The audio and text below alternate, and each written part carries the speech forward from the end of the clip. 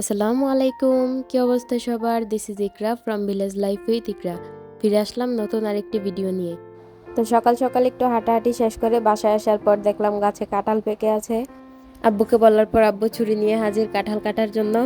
আব্বুর অন্যান্য ফলের চাইতে কাঁঠালটা একটু বেশি পছন্দ, আর তাও আবার নিজের গাছের কাঁঠাল বলে কথা। ফরমালিন ছাড়া ভেজাল মুক্ত কাঁঠাল। বাংলাদেশ হচ্ছে 6 ঋতুর দেশ, তার মধ্যে একটি হচ্ছে গ্রীষ্মকাল, তাও আবার হচ্ছে মধুমাস। এই সময়টাকে মধুমাস বলার কারণ হচ্ছে এই সময়ের মধ্যে অনেক ধরনের ফল পাকে। আম, জাম, কাঁঠাল, লিচু, লটকন, আরো অনেক ধরনের ফল। শুধু যে গ্রীষ্মকালেই ফল পাকে তেমন কোনো ব্যাপার না, অন্যান্য সময়ের চাইতে আমাদের কাছে এই সময়টা একটু বেশি বিখ্যাত আর কি। এই সময়টাতে আবার স্কুলেও ছুটি দেওয়া হয়।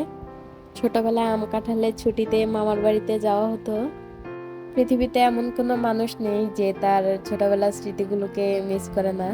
তো যাই হোক, এখন আর ছোটবেলার কথা মনে করেও লাভ নেই। এখন বড় হয়ে গেছি, ছোটবেলাতে যাওয়া আর সম্ভব না। তো এটা ছিল ঈদের আগের দিনের ভিডিও। আমি আর আমার বোন মিলে গিয়েছিলাম গরিপুর। যাওয়ার সময় রাস্তার মধ্যে যেদিকে তাকাচ্ছিলাম সেদিকে শুধু গরু আর গরু। অবশ্য গরু হবে না কেন, কুরবানি ঈদ বলে কথা, গরু তো থাকবেই।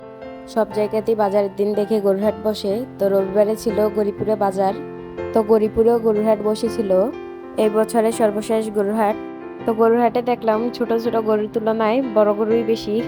তারপর কাউকে দেখলাম গরু কেনার জন্য দেখছে, আবার কেউ গরু কিনে নিয়ে যাচ্ছে। সবার মুখেই দেখলাম ঈদের খুশি ফুটে উঠেছে।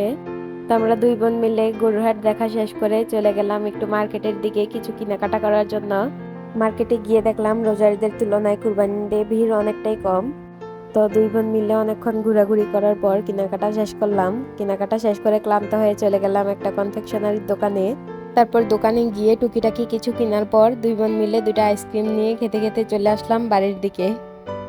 সব সময়ের মতো এবারও আপনাদের কাছ থেকে বিদায় নিয়ে নিচ্ছি।